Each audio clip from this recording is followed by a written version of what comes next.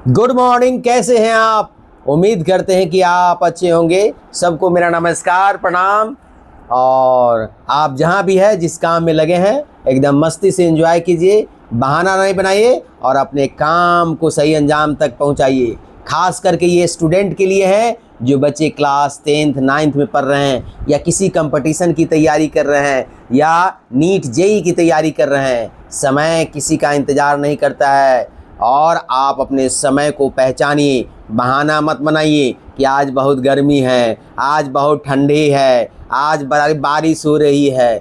अरे बारिश होना, ठंडा आना, ये सब तो मौसम का दिन है, परिवर्तन ही संसार का नियम है। लेकिन आपको अपना लक्ष्य क्या करना है, उस परिस्थिति में भी, उस बहानेबाजी में भी, उस समय में भी आप बहाना नहीं बनाइए और अपने काम को कीजिए। अपनी पढ़ाई को जारी रखिए, अपने लक्ष्य के प्रति ईमानदार रहिए। आप अपने जिले का, माता पिता, बिहार का नाम रोशन कीजिए और पढ़िए, ध्यान लगा के पढ़िए, समय को मत बर्बाद कीजिए।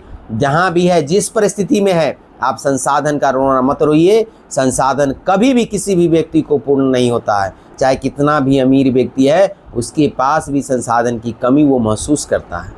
इसीलिए संसाधन का रोना नहीं है, बहाना नहीं बनाना है और अपना जो काम है उस काम को अंजाम देना है। अपना आपका काम क्या है, पढ़ाई करना, तो सिर्फ पढ़ाई कीजिए। पढ़ाई के साथ जो बैकग्राउंड जिसका जैसा है उस हिसाब से काम कीजिए और उसी परिस्थिति में जो आपके पास संसाधन है उस संसाधन का उपयोग कीजिए और सही समय पर सही काम कीजिए। एक दिनचर्या को फिक्स कीजिए और पढ़ाई कीजिए। स्टूडेंट के जीवन में क्या होता है बाबू, पढ़ाई होता है। अगर आप पढ़ाई नहीं कीजिएगा तो फिर आपका जीवन आने वाले समय में नीरस हो जाएगा और आपको 12 घंटा के दिन 12 घंटा काम करना पड़ेगा किसी भी फैक्ट्री में, फिर भी आपको संतुष्टि नहीं होगी और उस समय आपको महसूस होगा कि हम पढ़ाई किए रहते, हमारे गार्जियन हमारे लिए बहुत ही एफर्ट लगाए। अगर हम सही तरीके से पढ़ाई किए रहते तो आज हमारा जीवन इतना कठिन नहीं होता और इतने घंटों की ड्यूटी हमको नहीं करनी पड़ती। अगर जो भी विद्यार्थी अभी 8 घंटे की, 6 घंटे की पढ़ाई नहीं कर रहा है, समझिए उसके जीवन में आने वाला समय 12 घंटे 14 घंटे काम करना पड़ेगा। और 12-14 घंटे काम करने का मतलब है वो थक जाएगा आदमी दिन भर में और वो अपनी ज़िंदगी का सही आनंद नहीं ले पाएगा और वो अपने परिवार को सही समय दे नहीं पाएगा, अपने बच्चों को सही से समय नहीं दे पाएगा, अपने बच्चों को सही से नहीं पढ़ा पाएगा। जो व्यक्ति पढ़ा लिखा है और जो अच्छे नॉलेज वाले व्यक्ति हैं तो अपने बच्चों को कुछ भी प्रॉब्लम हो तो उसको बता सकता है, पढ़ा सकता है। और जिस परिवार में मैंने देखा है कि अगर वो पढ़े लिखे नहीं हैं तो फिर उनके बच्चे भी भटकते रहते हैं, उनको भी अपने लक्ष्य के प्रति किस काम को चूज़ करना है उसको नहीं पता होता है।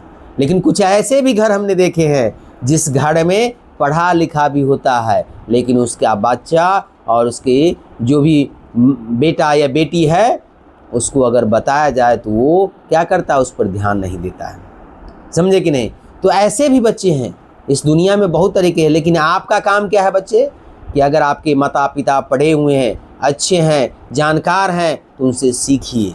उनसे सीखने से आपको अनुभव प्राप्त होगा, उस सब्जेक्ट पर पकड़ बनेगी, क्योंकि वो आपसे एक्सपीरियंस होल्डर है, आपसे ज़्यादा पढ़े लिखे हैं, उनको पता है कि किस चैप्टर में क्या पढ़ना है, कैसे पढ़ना है, वो पढ़ चुके हैं। और जिनके परिवार में अगर पढ़े लिखे गार्जियन नहीं हैं तो आपको ज़्यादा मेहनत करने की ज़रूरत है और आप किसी भी जो पढ़े लिखे व्यक्ति आपके अगल बगल में उससे मदद लीजिए और पढ़ाई कीजिए। पढ़ाई ही जीवन का लक्ष्य है। अगर पढ़ा लिखा व्यक्ति नहीं है तो समझिए उसका जीवन क्या है, बेकार है। तो आज के लिए इतना ही रखते हैं। आप लोग पढ़िए और अपने समय का सही सदुपयोग कीजिए। जहाँ भी रहिए मस्त रहिए, एंजॉय रहिए और अपने जीवन को मस्ती में जिए। ये जीवन दोबारा नहीं मिलता है और अपने जीवन को सही और सार्थक बनाइए। सबको मेरा नमस्कार। जय हिंद, जय भारत। Thank you.